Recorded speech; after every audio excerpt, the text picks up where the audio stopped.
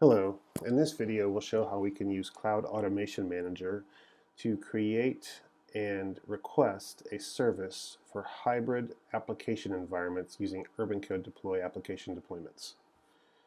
To begin with, I have a couple templates in Terraform that I've put together with the CAM template designer.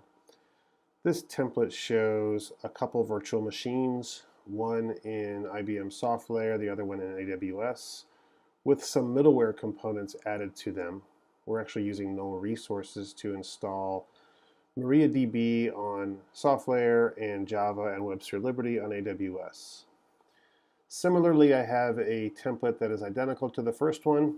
The only real difference here is that both virtual machines are in AWS. The interesting thing about these templates to note is that they both expose the same set of outputs. These outputs will be used by a later template that we'll put together with the service composer.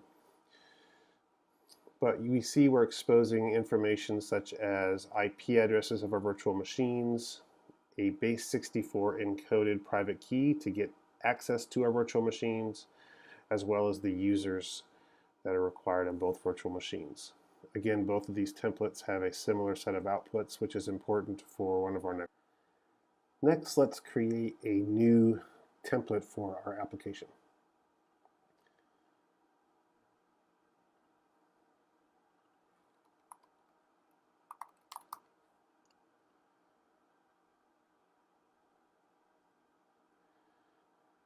We can start with adding some null resources. These will be for our agents in Urban Code Deploy. We're going to add one for my web server and one for my database server. The next thing that we can do is to add a connection to our null resource. I'm going to add a simple SSH connection using private key for the access. Now if I look at what was generated, we have this connection that was created for us, and since our input variable is going to be encoded, we're going to actually go ahead and decode this one. Similarly, I can create one on my other null resource,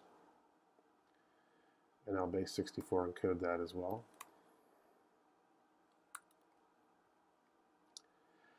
Now I can add Urban Code Deploy components, seen here in my palette, directly onto my null resource. So let's add my database component onto my DB agent. We'll use component process execution.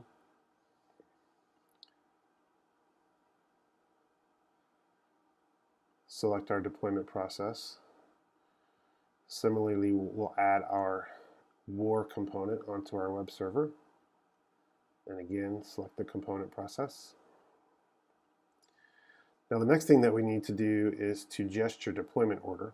So we need to be sure that our database component runs before our WAR component, so we can use the sequencing tool to simply specify that order. And as we can see under the covers here, it's just adding a depends on relationship between the two Terraform resources.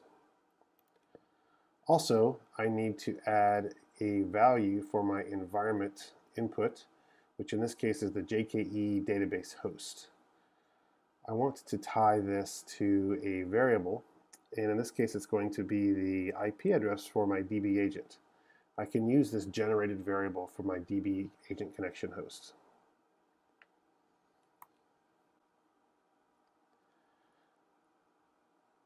I can also add an output to my template. Additionally, I want to make use of some shared parameters within CAM. So I'm going to use some predefined UCD credentials that I've set up. And now I will go ahead and make use of those shared parameters in the default values for my UCD credentials. So I'll just specify these for user, password, and the UCD server URL.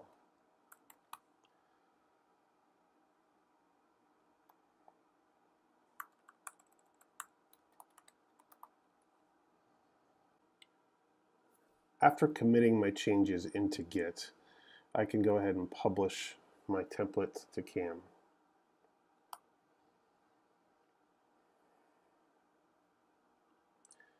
Now we can hop over to Cloud Automation Manager, take a quick look at our template library.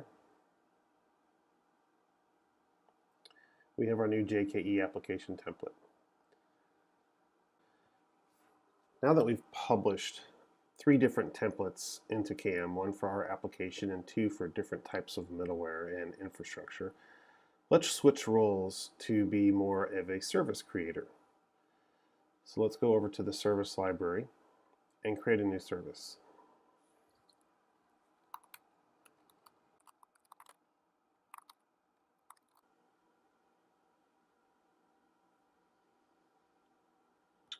Let's jump right over to the composition page and get started. First thing we're going to do is add a decision. This will be to reference our different environments that we'd like to provision. So the overall goal here is to specify the ability to create both a dev and a QA environment using different types of infrastructure, but the same application template. So we'll add a new parameter here. And we'll add a couple cases here, 1 for dev, and let's say 1 for QA. And let's go ahead and start adding some of our templates to these branches. For our dev branch, we're going to use the AWS only infrastructure template that we previously showed. For our QA branch, we will add the multi-cloud, which had both AWS and SoftLayer virtual machines. Specify our cloud credentials from our shared parameters for both of these templates.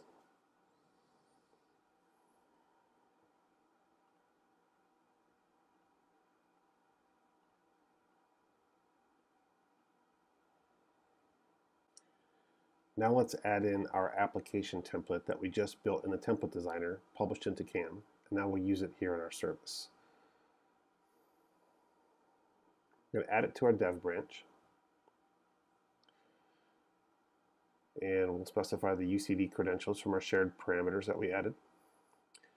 And now we get to do the fun part, which is mapping all of the required input parameters on our application that were automatically generated through the template designer to the outputs that were captured previously in our infrastructure templates.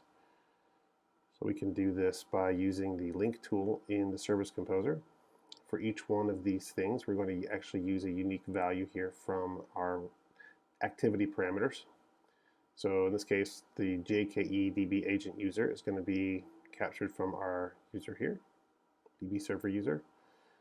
And similarly, we'll go down the list and set each one of these values to their corresponding output from the infrastructure template.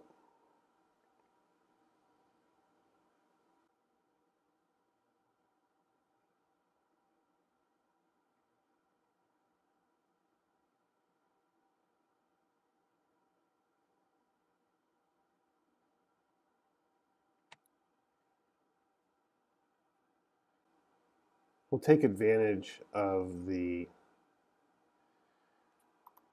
service instance name to name our environment.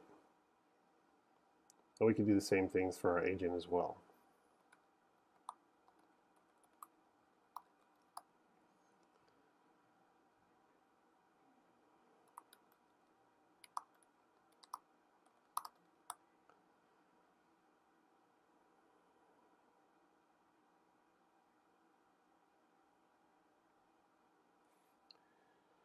We can add our same application here to the other branch. For the sake of time in this video, I won't go through the exercise of mapping all of the parameters, but it would be a similar process. All right, if you've made it this far into the video, thank you. We're almost done. Last thing we're going to do here is create a plan. So we'll edit the existing plan that was generated from CAM and just call it dev. And we'll say this is to create a development env for JKE app. And we will actually create a second plan for QA. And we'll make it very similar. We'll just say we're going to create a QA environment for our JKE app. Need to go ahead and edit our plan parameters to tie them to the appropriate values for our decision tree. So we'll make them read-only, and for dev, it's going to be that value. And for QA, we're going to set it to the QA value. Again, have to make sure they're read-only.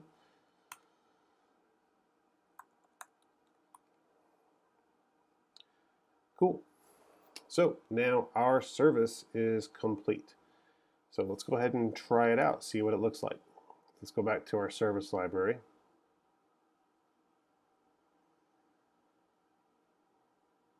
And we see our service here. Let's go ahead and deploy it.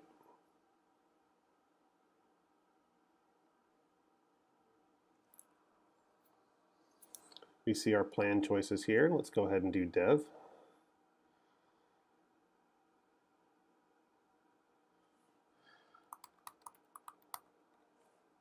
Give it a name and go ahead and create our instance. All right, through the magic of a little video editing, we've waited for a few minutes and now our service is active. You can see that we have 2 template activities that were successfully created. And to get the final payoff here, we can click on our application template, see all the resources that were created, and look at our output variables. And there's that app URL output that we added a while back. Always fun to go ahead and paste that into a browser and see that we do indeed have a running version of our application in our new infrastructure.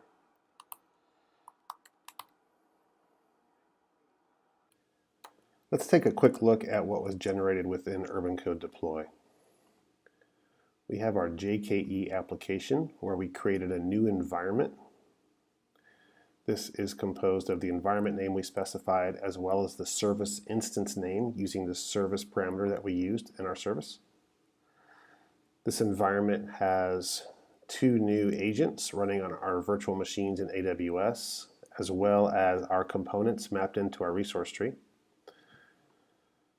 We can see that we've executed a couple component processes against this environment.